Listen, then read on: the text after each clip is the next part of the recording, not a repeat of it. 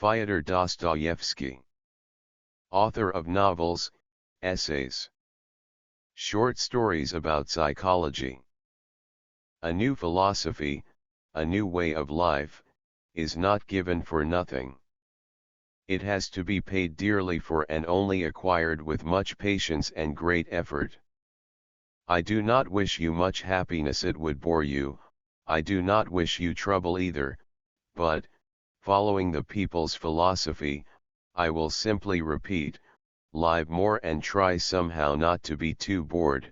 This useless wish I am adding on my own. You will burn and you will burn out, you will be healed and come back again. Man is a mystery. It needs to be unraveled, and if you spend your whole life unraveling it, don't say that you've wasted time. I am studying that mystery because I want to be a human being. Tentang Jiwa.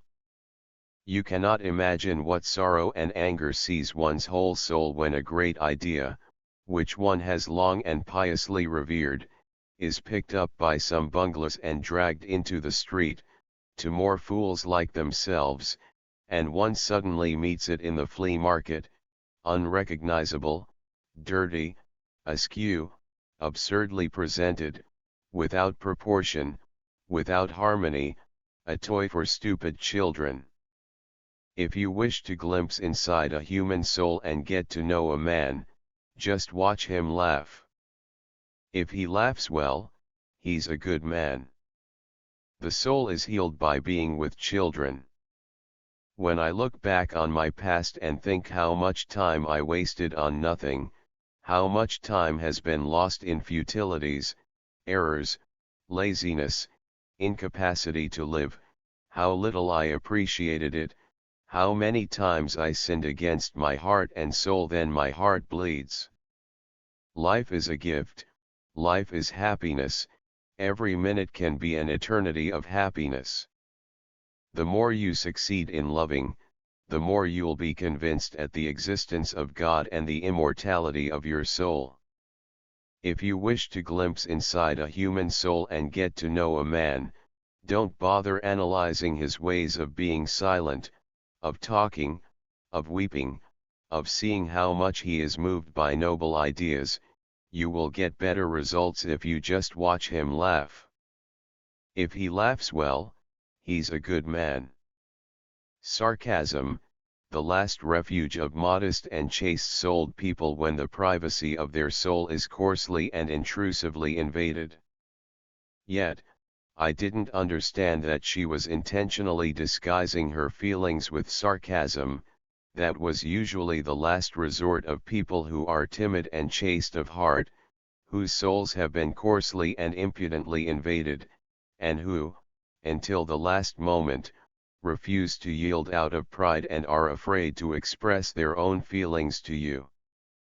My soul bleeds and the blood steadily, silently, disturbingly slowly, swallows me whole.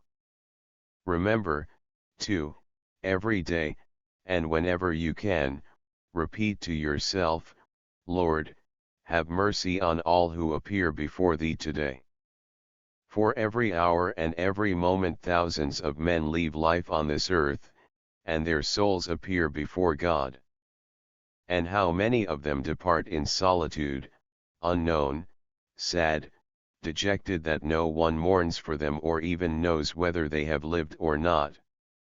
What makes a hero? Courage, strength, morality, withstanding adversity. Are these the traits that truly show and create a hero? Is the light truly the source of darkness or vice versa? Is the soul a source of hope or despair? Who are these so-called heroes and where do they come from? Are their origins in obscurity or in plain sight? Neither a person nor a nation can exist without some higher idea.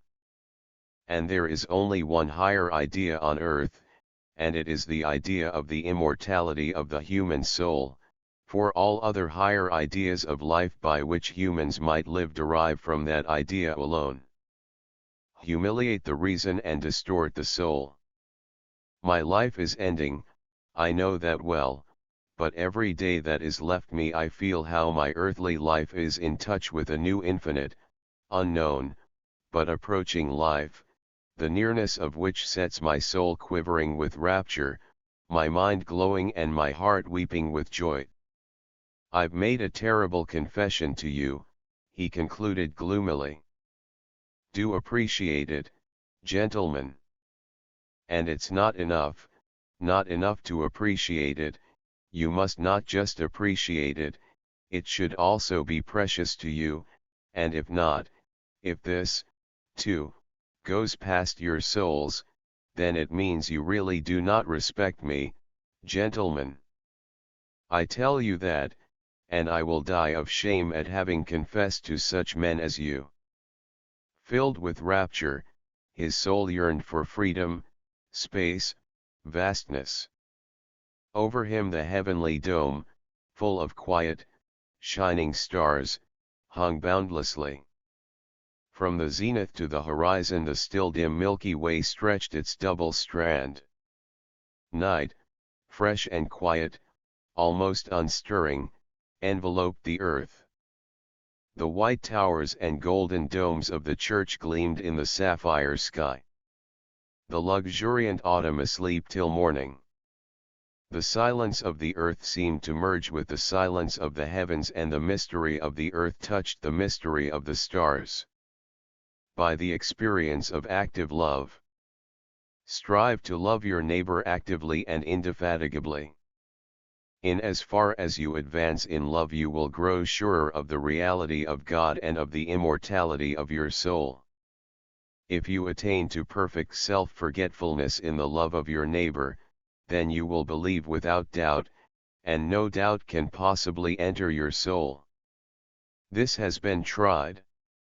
This is certain. Honored sir, poverty is not a vice, that's a true saying. Yet I know too that drunkenness is not a virtue, and that's even truer. But beggary, honored sir, beggary is a vice. In poverty you may still retain your innate nobility of soul, but in beggary never no one. For beggary a man is not chased out of human society with a stick, he is swept out with a broom, so as to make it as humiliating as possible, and quite right, too, for as much as in beggary as I am ready to be the first to humiliate myself. My sweetheart. When I think of you, it's as if I'm holding some healing balm to my sick soul, and although I suffer for you, I find that even suffering for you is easy. It sometimes happened that you might be familiar with a man for several years thinking he was a wild animal, and you would regard him with contempt. And then suddenly a moment would arrive when some uncontrollable impulse would lay his soul bare, and you would behold in it such riches, such sensitivity and warmth, such a vivid awareness of its own suffering and the suffering of others, that the scales would fall from your eyes and at first you would hardly be able to believe what you had seen and heard. The reverse also happens. For I love the Empress of my soul. I love and I cannot but love. You yourself see the whole of me. I shall fly to her, fall down before her, you were right to walk past me. Farewell and forget your victim, never trouble yourself more. Even there, in the mines, underground, I may find a human heart in another convict and murderer by my side, and I may make friends with him, for even there one may live and love and suffer.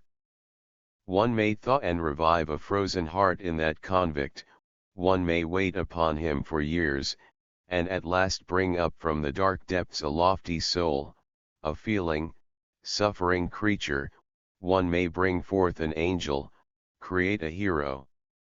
There are so many of them, hundreds of them, and we are all to blame for them. If they drive God from the earth, we shall shelter him underground. I did not understand that she was hiding her feelings under irony, that this is usually the last refuge of modest and chaste-souled people when the privacy of their soul is coarsely and intrusively invaded, and that their pride makes them refuse to surrender till the last moment and shrink from giving expression to their feelings before you. To have guessed the truth from the timidity with which she had repeatedly approached her sarcasm, only bringing herself to utter it at last with an effort. Remember that you must never sell your soul. Never accept payment in advance. Never give a work to the printer before it is finished. This is the worst thing you can do. It constitutes the murder of your own ideas.